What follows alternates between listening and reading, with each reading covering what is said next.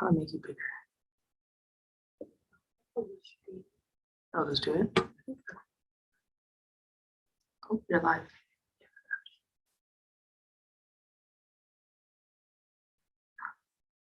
Good morning, everybody.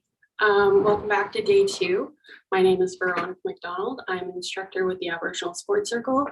I have here Cheyenne with me, who will be helping demonstrate the fundamentals of the Alaskan high kick. So yesterday we went over the setup for the Alaskan high kick. Today we're going to go over the movement to begin showing how to execute the Alaskan high kick.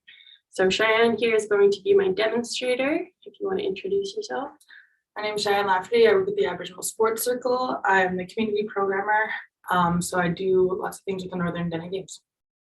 So without further ado, we're going to get into it. We're going to go over how we set up for the Alaskan high kick, just like we did yesterday, and then we're going to show you the moves, how to execute it, like I mentioned.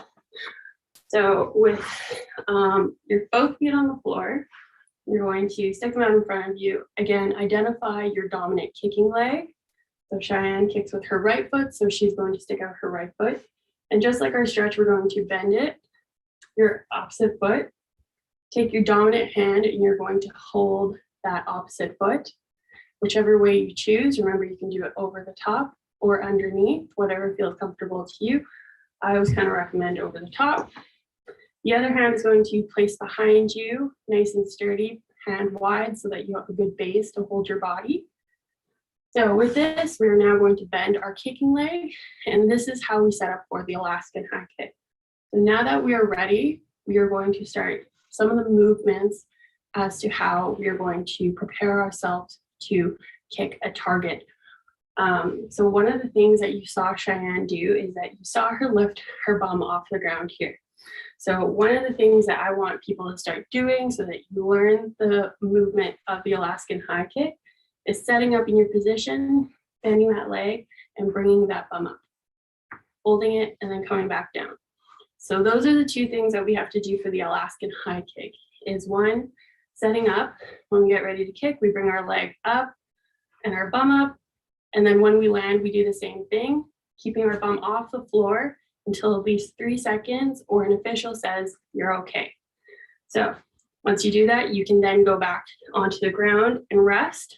So one of the main things to do is practice your balance within this position. So getting your bum off the ground and holding it.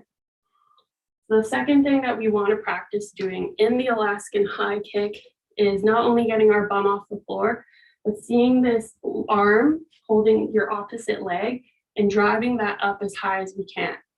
Oftentimes when you see people do the Alaskan high kick when they're first beginning, is that they only lift their bum off the floor. Without lifting this hand and this arm, you can see that Cheyenne is able to get her body up a little bit higher. So the main thing when doing the Alaskan high kick is you want to be able to really drive this leg as high as you can and hold it up there. That will create a good stable condition so that you can then bring your bum higher off the ground and essentially have you kick higher heights in the end. So the last thing that we're going to put into this step is a little hop now. So now that we know we have to raise our bum off the ground, drive this arm up as high as we can with our opposite hand. Now we're going to include a little hop. Perfect, just like that. So we want to practice hopping off of this one foot, which is also why I incorporated having to try out both legs yesterday. Sometimes this could be your weaker leg and it's harder to jump off of.